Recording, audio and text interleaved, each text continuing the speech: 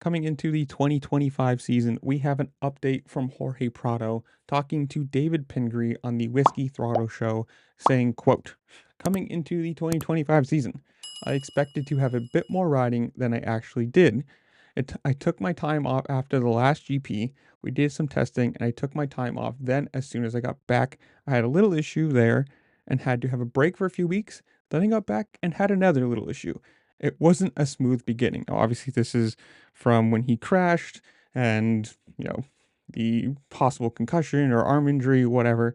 Um, Continued on saying, right now we have 2 weeks and a few days on the bike, and every time I get on it, it is just progress and I feel safe. We did some changes to the bike to make me feel more consistent. We're going in the right direction. I have a lot to learn and improve. I'm happy we are right now for the time we got." Now, obviously, this is going to be his first full Supercross season. The last year, was it 3 or 4 rounds he did on a completely different bike, on a completely different team, as a fill-in thing, whatever. Obviously, this year moving over to the Monster Energy Gas team. Sorry, moving over to the Kawasaki team from the Gas team. You know what I was saying. Talking about that, saying, quote, "My Kawasaki and I feel way more comfortable overall, not only in the whoops, but even in the transitions and the corners. I'm getting my confidence back in the whoops. It's about riding and getting experience, getting better, and be more safe. I'm very happy now with my progress. I'm taking it step by step. I do not want to rush it. I am taking great steps."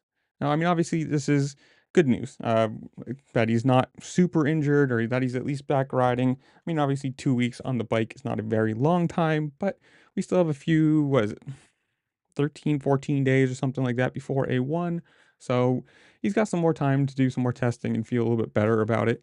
And it's good that he wasn't super injured. It wasn't a broken wrist or broken arm or something like that. And obviously, first year over here, first full year over here, new team, new bike, obviously new living situation, not not being over in Europe and coming over for just a couple weeks.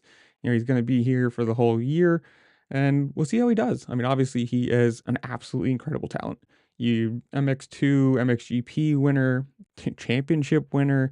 Like, he should be someone who comes over, and once he's comfortable, I don't know how you want to say it, confident, comfortable racing Supercross, he should be someone who's racing for podiums, racing for wins, and should be at some point racing for championships. Um, Will that happen this year? Who knows? I think he'll get better as the year goes on. Probably mid-year, he'll probably be up there in the top 10 fives, probably more fives than tens. And, hopefully by the end of the year, he's up there racing for podiums, keeping up with Jet Lawrence and Eli Tomac and the guys that are going to be out front. But you never know. I'm just excited for this year. Hopefully, A1's good. It can't come fast enough. Obviously, there's no racing stuff. It's kind of really boring. But comment down below. You guys tell me, how well do you think he does?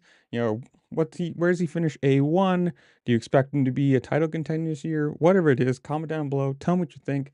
While you're down there, make sure to like, share, subscribe, do all the fun things this platform allows you to do, because it really just helped me out and I appreciate it. And with that, I will see y'all later. Peace.